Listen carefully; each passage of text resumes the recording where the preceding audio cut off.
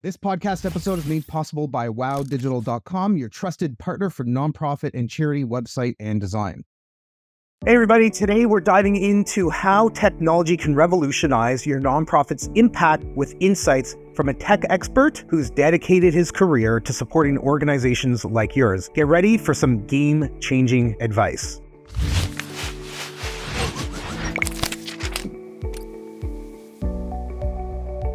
Welcome to the Nonprofit Digital Success Podcast. As always, I'm your host, David, and in this episode, we're going to be talking about all things technology solutions for nonprofits with Matt Bitzegaio. A career technology inspired Matt to help nonprofits change the world. He founded DonorDock in 2018, and from where he lives in North Dakota, he's built a team and a company that is there for nonprofits like yours so that your nonprofit can be there for everybody else. Matt, thank you so much for joining on the episode today. How's your day going so far? That's great. Thanks, David. I appreciate you inviting me on. And we have a beautiful day outside here in North Dakota, so I can't complain. Awesome. I guess let's jump in from getting a career in technology, doing that, to founding DonorDock and supporting nonprofits. What made that connection there? Yeah, appreciate the question. I had been in the CRM space for a number of years, working with more of like the enterprise type CRM solutions. So, Microsoft CRM, some work with Salesforce, worked with a lot of for-profit customers, but also a lot of nonprofit customers. And through that, had built some like add-on solutions for Microsoft CRM that were kind of designed for the nonprofit sector. And just kept seeing how those large, solutions, those large like monolithic CRMs that were designed really for sales teams, trying to make those work within the nonprofit sector was just continued to prove very, very difficult, and the complexity and the cost of implementation and all those various factors. And so, kind of recognizing that passion of working with nonprofits and really believing that technology can be something that should really be a differentiator versus a burden for nonprofits, decided in 2017 to start working on building a CRM that was designed really to work well for these kind of mid-size and smaller nonprofits. And my co-founder, Andrew, and I, we were working nights and weekends writing code and trying to build a product that we thought would fit and would resonate. We worked with some local organizations here in the Fargo-Moorhead area to make sure what we were building actually made sense and would work well for them. And we launched the product in June of 2018. And here we are. I think we have customers in 48 states in the US now, thousands of customers using the product. And it's just been really a compelling journey to be able to feel like we're building something that's helping these people. In fact, you used the word "so that," and that connected with me when we talk about our why at DonorDock. It's like, why do we do this? We do this so that these nonprofits can provide the services and provide what they provide to their communities. So that really connected and resonated with me when you use that term. So. Yeah, I love that what you're doing came out of a place where you saw an issue. And, instead of trying to stick a square peg in a round hole, you made a round peg to go into a round hole that can work for people. And, the idea of a CRM, I guess let's take a quick step back for a second. Can you just explain to the folks that are listening? I know I've talked about CRM on other episodes as well, but give everybody the quick education. What's like the one or two sentence? What is a CRM? Yeah, it's really a software tool and a strategy. It's not just the software itself, it's the strategy that goes along with it that really is designed to help you understand and build better relationships with your donors, because through that, you're typically going to have better fundraising if you're able to kind of understand and build those relationships and drive the right engagement with donors. And the CRM tool and strategy is really what helps you try and do that. Yeah, and I love the word strategy that you use there, right? You can build smarter campaigns. You can make business decisions around the data once you've actually got it. So if you've got people that have made a donation to your organization every August, right? You can run analytics against that and go, all right, we need to start hitting them up with some messaging maybe May and June so that when they go to make that donation in August, maybe it'll be for a bigger amount because they understand the impact their dollar is having in the community, the constituents, whoever it is that you're helping. Yeah, that tailored communication and engagement, I think, is one of the big benefits and advantages of CRM in general. It's understanding and being able to keep track of like how does each donor want to be communicated with? Like what channels are they wanting to hear from us through? What programs are we doing that are important to them? Like you said, giving preferences, giving history, all of those things become really powerful tools that help you so that you're not just sending out that same blanket email or newsletter to all your donors at the same time about the same things when that might not be what's resonating with a particular donor or subset of donors. And so, yeah, you hit on it right there. I think that data, becomes powerful. It's a piece of the puzzle for sure. I think as a CRM technology provider, we talk to prospects, we talk to customers, and there's this mindset that, well, it's a software thing and all I've got to do is get the software and it's going to like magically make all this work better. And I think that's why I always like to make the distinction that CRM is both a software tool, but it's also the commitment to the strategy and to the work that has to go into getting that data in there and then using that data appropriately. And obviously, the more we can do as technologists to make those things easier and less complicated and less complex, as I mentioned earlier, we've removed the burden from that to some degree. And now it becomes something that people can buy into and use. But it is both the software and really the mentality that goes with it, that you're going to be a data-driven organization and take advantage of these tools that are in front of you. So. Yeah. And to that point, I worked in nonprofits for about 16 years. I get I'm doing 47 hours of work a day kind of feeling. I'm doing the job of 10 other people. Technology is, from my perspective, usually kind of pushed to the back burner because there's so many fires and so many things that organizations and people that are working in them are working on. But what do you see from your side as technological challenges that nonprofits are facing, and how could they potentially overcome those?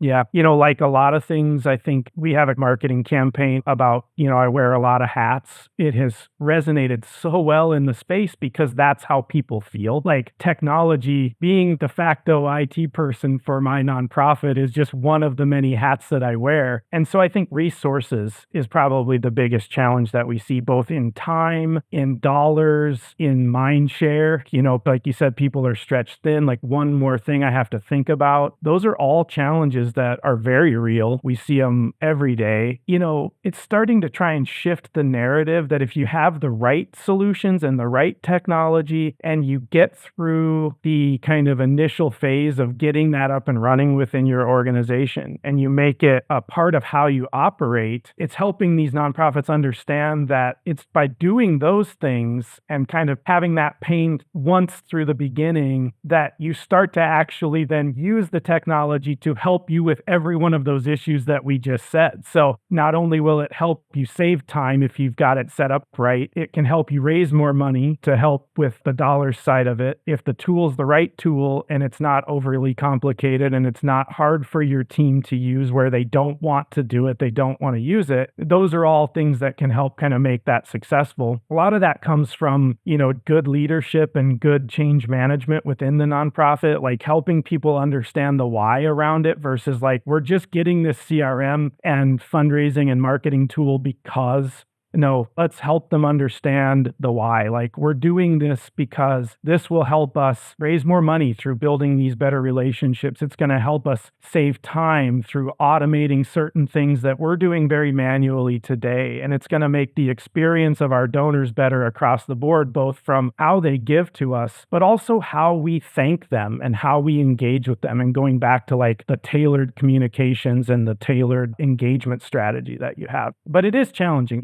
There's a reason that a large number of CRM implementations fail. I think, it's not an easy process always to go through. And if you don't go into it with the right mindset and the right mentality, it can be really challenging. So I think it's incumbent a bit on the technologists that you're working with to help you through that process. And also, the leadership within the nonprofit to be able to set the right tone and make sure that they're championing what's going on within this. So.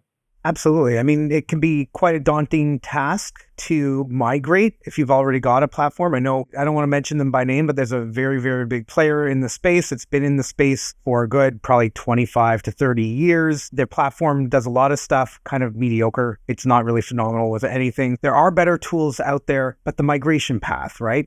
Taking the time to actually plan it, dealing with the staff, going, oh, another thing that we have to do, like really, you're giving me more work. It can take time. And explaining to people, this is why we're doing this, I think is really, really powerful. You'll get buy-in. You'll get not necessarily less pushback, maybe not necessarily less attitude, but maybe less pushback and attitude, even if it's just minor. Like, really, why are we doing this, Matt? Like, come on, right? Like, you know how much work I've already got. And really making a cohesive effort. There's an organization where they were opening up a new division there, and they had this platform and system, and there was a consultant that was hired and brought in, and he said, you know what, we actually need separate systems. So we'll take what you're doing over here, we'll clone it, we'll bring it online here, licensing, whatever, it doesn't matter, right? But like, we're going to take what you're doing, we're going to clone it over here. And the accounting team went, no, we're not doing any more work. They reverted back. And then 4 years later, they went, all right, well, yeah, we need to split the system. This doesn't make sense. So they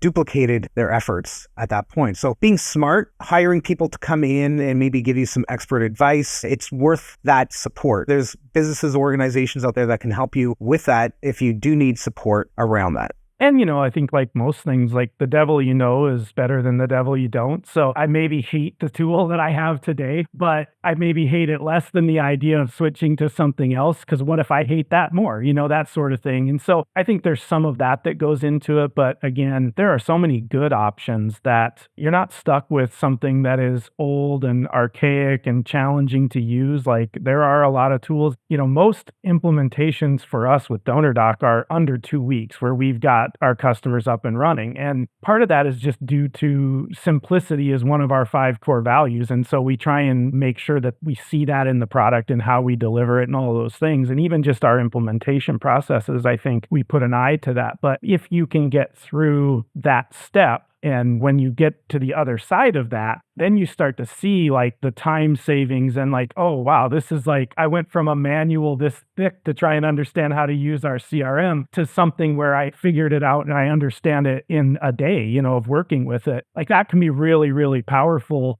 Turnover is another challenge that we see in the nonprofit space. And so having a tool that when you do invariably have team members that leave and you're bringing new team members in, a tool that is easy for them to learn and to pick up can also be a real benefit. And so, I would definitely encourage people within the space, if you're not happy with what you are using or what the incumbent solution that is within the nonprofit that you're working in is, take the time to look at what else is out there. I mean, there's been a lot of software that's come into the market over the last 5 to 7 years that I think is modern. It's cloud-based. It's easy to use. There's a lot of advantages. And so I think that would be my message is you're not necessarily stuck with what you have. There are a lot of other options out there and it's worth looking at. So. Yeah, and I think, DonorDock is a really great platform to help alleviate a lot of this work and effort and systems and processes and all of that. So like in terms of solutions, totally go check them out. And so in terms of digital tools, what would you say are maybe 3 of the top digital tools? We were talking about CRM and how that could also be strategy. So like digital tools or strategies that nonprofits should adopt to help maybe streamline operations or fundraising efforts. I think, fundraising side of things, like we really love solutions. Classy has got a great solution from a fundraising tool perspective. If you're doing events, you're doing peer-to-peer, even just the ease of what that is for donors to give through those tools, that's a great one. We work with One Cause a lot. Again, another really good solution for kind of that event fundraising side of things. And I think people really like that. A lot of things have come in the market more recently. GiveButter's a great example where they've got a really unique model. And if it works for you, I think it can be a really great and powerful tool. There's obviously the AI piece is like this new piece that I think, has a lot of potential to help and save people time. I think right now, for a lot of nonprofits, I think it's kind of this like nebulous thing, like how do I actually use this or get value out of it? So I think you're starting to see technology providers are trying to figure out how do we take that complexity and we take the brunt of that so that our customers customer doesn't have to, and we figure out ways to incorporate those kind of solutions into the tools they're already using to help save time. So there's a lot of neat things happening there. Project management tools. We see a lot of people using tools like Asana, those types of things to help kind of manage things within their programs. So there are so many different tools out there now, thousands and thousands of cloud apps. I think looking for tools that integrate well is a good tip for people. A red flag for me if I was like exploring like a new CRM or something like that would be, something that doesn't integrate well with these other tools that are out there that I need to maybe use to run my nonprofit. You can take different approaches. You can have like a really good all-in-one solution that does everything for you in one tool, or you can take the approach of like, I want to build the best in class on each of these things and have them talk to each other. So lots of different options to go. But I think, looking for tools that integrate well is a good tip for people for sure. Yeah. One little note around the AI thing for anybody listening is don't take your donor list and upload it into AI. Assign, if you want to use that to try to figure out your data in some way, apply ID numbers, remove people's names, emails, addresses, and then tie that back with an ID number so that it's anonymized, right? So just be careful around your use of AI. If it's built into a platform, check with the developers, make sure that the data isn't being shared with third parties or anything like that, just so you know that you're compliant in that kind of way. So I think that's a good tip on anything you're looking at for tools. Like do a little research on what their security process is. Are they SOC compliant? Are they following good policies and procedures around data privacy? And are they telling you who they're sharing your data with? Those types of things. That's just a really good tip in general. AI absolutely couldn't agree more with you. I think, again, you start a ChatGPT account, you pay your $20 a month and you're uploading data. You got to understand that with those types of personal accounts, that data is going into their training models and it's being used to train data for every other personal customer. So, make sure that if you are working with a provider, I think that's a great tip that they're doing it in a way that respects that privacy. Really good call out there. Yeah, I think it's important for people to understand that you can use technology in a non-scary way, right? And getting somebody or a system or a platform such as DonorDock involved in your organization to a point where it helps you. It doesn't hinder you. It makes your life easier. It saves you some time. That's the point of this, right? And that's how you can accomplish a little bit more than you could have in the past. Yeah, I look at it, we have this equation that we put together that it's relatively new to the way we are thinking about it and how we're kind of articulating it or presenting it. But this idea that like the human is at the core of everything, right? And so we're in a world where we're talking a ton about AI and all these things. But at the end of the day, good fundraising comes from human connections. And so we have this equation where it's like you've got the human piece is the root of it. And then you've got automation is like this exponent. So it's like, the idea that if you've got a 0 on the human piece and you do that to the power of 2, it's still 0, right? You have to have the human base. But that idea that the technology can complement the human piece and help you scale more as a human being. There's a rule or a law out there basically says a human being can only manage about 150 relationships at any given time in any meaningful way before it becomes unmanageable. The goal with the technology is to help you increase that number from 150 to whatever your caseload is as a fundraiser. If it's 300 donors or 500 donors, we're using that technology and automation and those things to help complement you and make your life a little bit easier is kind of the goal. So. Yeah, and I think the root of what we're talking about for a large part of the conversation today is helping with overwhelm and leveraging things in a way. So thinking through that, any advice for nonprofits who want to integrate or implement new tech without being overwhelmed either with their team or their budget? Yeah, I think you're going to want to really think about what are the right questions you should be asking yourself as an organization when you're going to evaluate solutions?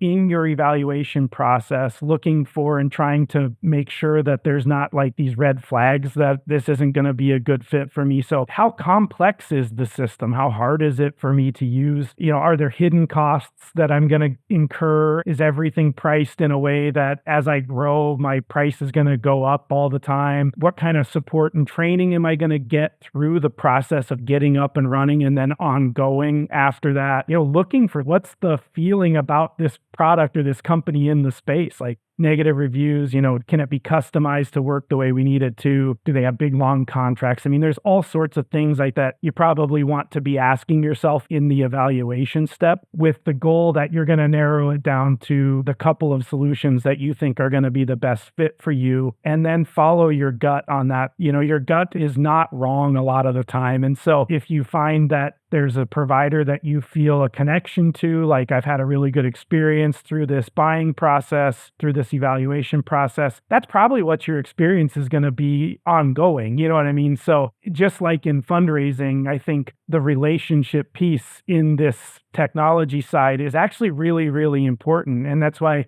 the technology sometimes is the easy part, and it's the people part that you kind of want to spend the time making sure there's a good fit organizationally with the vendors you're going to work with and that sort of thing. So those are just a few things that come to mind for me, as I'm trying to think through, like, how would I want to go through this process if I'm trying to have a good outcome and save myself and my organization time and money. Those are things to for sure think about. I love that you talked about trusting your gut, right? The number of times in my life where I let my brain dictate a decision versus going against what I was feeling did not pay off. I'm right there with you. Yeah. Right. I would encourage people, if you're looking at other products or just starting, if you're a new startup and you're looking for a platform, create a matrix, basically like a table chart. Like, these are the features, these are the platforms, which ones check them off. And that'll help you with some of the decision making that you could go, oh, okay, well, this doesn't have this feature. We really need to have that feature, and break that list down by like must-haves and nice-to-haves. And then you'll probably there's probably 30 different platforms out there that you could be looking at. We're partners at my agency with 6 different platforms. There's a lot out there. Figure out which one hits all the boxes that you absolutely need to have. And think about, when you say features, think about it, not just features in the product, but features of the relationship with that vendor as well. You know what I mean? Like, I think about things like training, support. Those are not features in the product, but they are definitely things that should be on that matrix that you're looking at. And yeah, I think that's a great idea. Sometimes we'll get these RFPs for software that are 30 pages long, and this is a $200 a month piece of software. You're not spending 7 figures on trying to build some customized solution. And so I would encourage people, don't over-engineer or overcomplicate it either. I think your example of a matrix is a great way to go. And you'll find, I think, in a lot of cases that there will be several solutions that really come out of that as like, these are the ones that really are probably going to fit best for us. So now it's, what's the cost of each solution? What does the process look like of getting it up and running? How do I feel about the conversations I've had with these different providers? And that's, I think, where you can kind of go from the analytical side with the matrix to the gut side of, okay, which one feels right. So Matt, some amazing, fantastic insights around technology, solutions for nonprofits, and other bits of insight, like how to manage your data, things like that. I hope that people listening have been able to get some really great advice through our conversation. So if anybody wants to get in touch with you, what do they need to do? Yeah, I mean, I think the easiest thing, DonorDock.com is our website. We'd love to, give you a demo. We do have a free 14-day trial of the product. If you'd like to get in and do a test drive, check it out. I am on LinkedIn, and so would love to connect with people there. But yeah, I think the website is a great starting point, and would look forward to, meeting and chatting with people about your technology needs. Amazing. Thanks so much for joining in, Matt. It's been great having you here on the Nonprofit Digital Success Podcast. To everybody listening, if you want the links to Matt's LinkedIn, to DonorDock, to anything else that we've been talking about here, we will have that. Just head over to our podcast page at nonprofitdigitalsuccess.com. Click on this episode for all the details. And until next time, keep on being successful.